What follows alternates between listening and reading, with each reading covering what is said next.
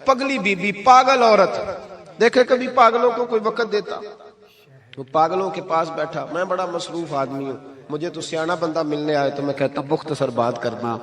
ایک پگلی be be آئی، پاگل. حضرت انس کہتے ہیں آ کے کھڑی، کہنے یا رسول اللہ مجھے کام ہے. پاگل عورت.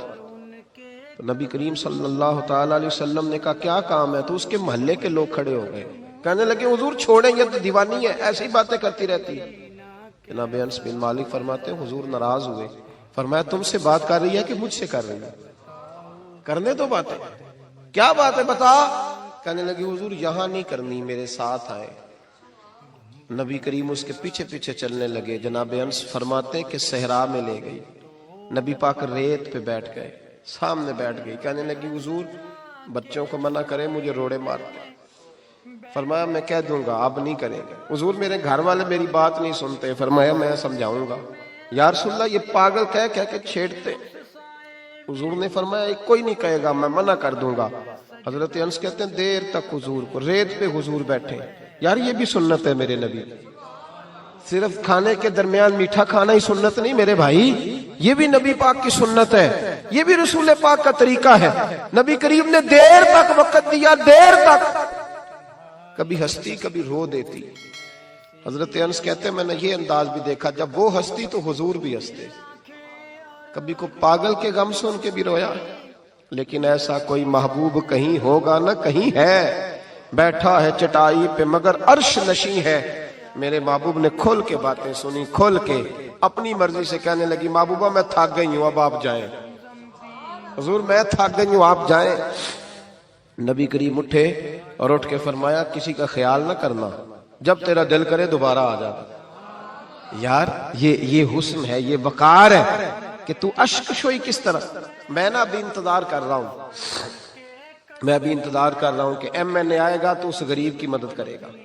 میں ابھی انتظار کر رہا ہوں کہ ایم پی آئے گا تو اس کی مدد کرے گا. میں ابھی انتظار کر رہا ہوں کہ بہت بڑا سیٹھ آئے گا تو مدد کرے گا. جب محلے کا اور گاؤں کا چودھری کسی غریب پہ ظلم کر رہا ہوتا ہے تو میں اپنے بچے کو کہہ رہا ہوتا ہوں تو نہ اس لڑائی میں جانا، ہمیں کیا لگے. تو کون پھر اس کا ہاتھ؟ ظلم پھر ختم کیسے ہوگا؟ پھر کیا طریقہ ہے ظلم ختم کرنے کا؟ جب کوئی ظالم کو ظالم کہنے کوئی تیار نہ ہو. وہ زمانہ جب نبی کریم صلی اللہ تعالی وسلم مکہ شریف میں اعلان نبوت فرمایا تھا تو سارا مکہ مخالف ہو گیا، سارا مکہ. ایک وقت عروج کا ہوتا ہے، ایک وقت ایسا ہوتا ہے جب غربت ہوتی ہے، ابتدا ہوتی ہے. اسلام پر غربت کا زمانہ. قبیلہ بنو آراش کا ایک شخص مکے آیا. وہ کہتا ہے میں چھوٹا سا تاجر تھا. میری باتوں کی سمجھ تو آ رہی ہے نا آپ حضرات کو؟ جو نہیں بول رہے انہیں بھی آ رہی ہے.